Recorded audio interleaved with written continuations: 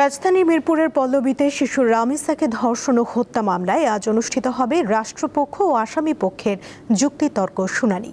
ঢাকা মহানগর শিশু সহিংসতা দমন ট্রাইব্যুনালে এই শুনানি হওয়ার কথা রয়েছে।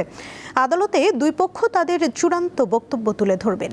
যুক্তিতর্ক শেষে এই মামলার রায় ঘোষণার তারিখ নির্ধারণ করবে ট্রাইব্যুনাল। এর আগে গতকাল অভিযুক্ত আসামি সোহেল রানা ও তার স্ত্রী আত্মপক্ষ সমর্থন করেন। নিজের দোষ স্বীকার করে আদালতের কাছে ক্ষমা চান সোহেল রানা, তবে দোষ অস্বীকার করেন তার স্ত্রী স্বপ্না খাতুন। এ বিষয়ে জানাতে আদালত প্রাঙ্গণ থেকে যুক্ত আছেন আমাদের সহকর্মী মাহিদুর রহমান। কথা বলবো তার সঙ্গে। মাহিদুর, আমাদের জানাবেন শুনানি কি শুরু হয়েছে কিনা? সুমনা, আপনি প্রতিবেদনে যেমনটি বলছিলেন যে আজকে শুনানির জন্য কিন্তু যুক্তিতর্ক উপস্থাপনের দিন ধার্য রয়েছে এবং পূর্ব নির্ধারিত সময় অনুযায়ী বেলা 11টা বা তার কিছুক্ষণ পরেই কিন্তু আজকের এই মামলার কার্যক্রম শুরু হবে। ইতিমধ্যে কিন্তু এই মামলার যে মূল দুই আসামি অর্থাৎ সোহেল এবং স্বপ্না খাতুন, তাদের দুইজনকে কিন্তু প্রিজন ভ্যানে করে এখানে এজলাস কক্ষে রাখা হয়েছে এবং 11টার পরই এই কার্যক্রম শুরু হবে। তার আগে আমি একটু বলে রাখি যে আজকে যে যুক্তিতর্ক এবং যুক্তি খণ্ডন এই রাষ্ট্রপক্ষ এবং আসামি পক্ষ এই উভয় পক্ষের তাদের যে সাক্ষ্য দিয়েছেন, এই সাক্ষীদের সাক্ষ্যের ওপর কিন্তু আজকে যুক্তি এবং যুক্তি খণ্ডন অনুষ্ঠিত হবে। তারপরে কিন্তু আজকে সবচেয়ে গুরুত্বপূর্ণ বিষয় হচ্ছে এই মামলার কিন্তু রায়ের জন্য একটা দিন ধার্য হতে পারে আজকে। অর্থাৎ এই মামলা কিন্তু একেবারেই শেষ পর্যায়ের দিকেই চলে এসেছে। প্রত্যেকটা ধাপ পেরিয়ে কিন্তু এখন এই মামলা আজকেই এই রায়ের দিন ধার্য হতে পারে। তবে আমরা যতটুকু কথা বলে জেনেছি যে আগামী সপ্তাহের শুরুর দিকেই, রবিবার অথবা সোমবারের দিকেই কিন্তু রায়ের একটা দিন ধার্য হতে পারে। অর্থাৎ এই রায়ের মাধ্যমে কিন্তু শেষ হবে এই মামলার কার্যক্রম।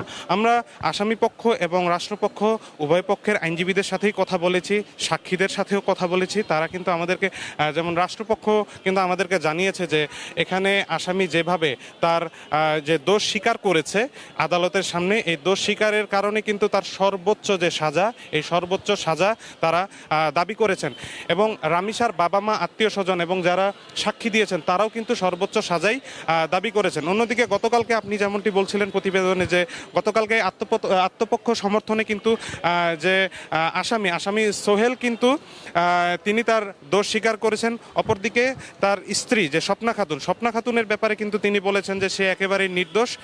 এই সাথে তিনি বলেছেন যে তার একটি ছেলে আছে, এই বিবেচনায় তাকে ক্ষমা করে দেয়া হোক। তিনি কিন্তু খালাসও চেয়েছেন। আমি যদি আপনাকে আরেকটু বলে দিতে চাই যে বারবার আমরা দেখছি যে এই সোহেলের মুখে একটি চরিত্র, যে ডলার নামের একটি চরিত্র বারবার ফুটে আসছিল। এই ডলারের নামেও আমরা কথা বলেছি রাষ্ট্রপক্ষের আইনজীবীদের সাথে এবং অনেকের সাথে। তারা কিন্তু বলেছে যে তিনি এই ঘটনাকে বিলম্ব করার জন্য, এই বিচার কার্যক্রমকে প্রশ্নবিদ্ধ করার জন্যে ইনি এই ডলারের যে চরিত্রটি এটি বারবার জাতির সামনে তুলে আনছেন। তিনি চাচ্ছেন যে এই পুনঃ তদন্তের নামে এই যে বিচার কার্যক্রম, এই বিচার কার্যক্রমটিকে বিলম্বিত করার জন্য এবং প্রশ্নবিদ্ধ করার জন্য। আমাদেরকে কিন্তু পুলিশরাও জানিয়েছে যে তারা তদন্ত প্রতিবেদনে কিন্তু এই ডলার নামের কোনো চরিত্রই খুঁজে পাননি।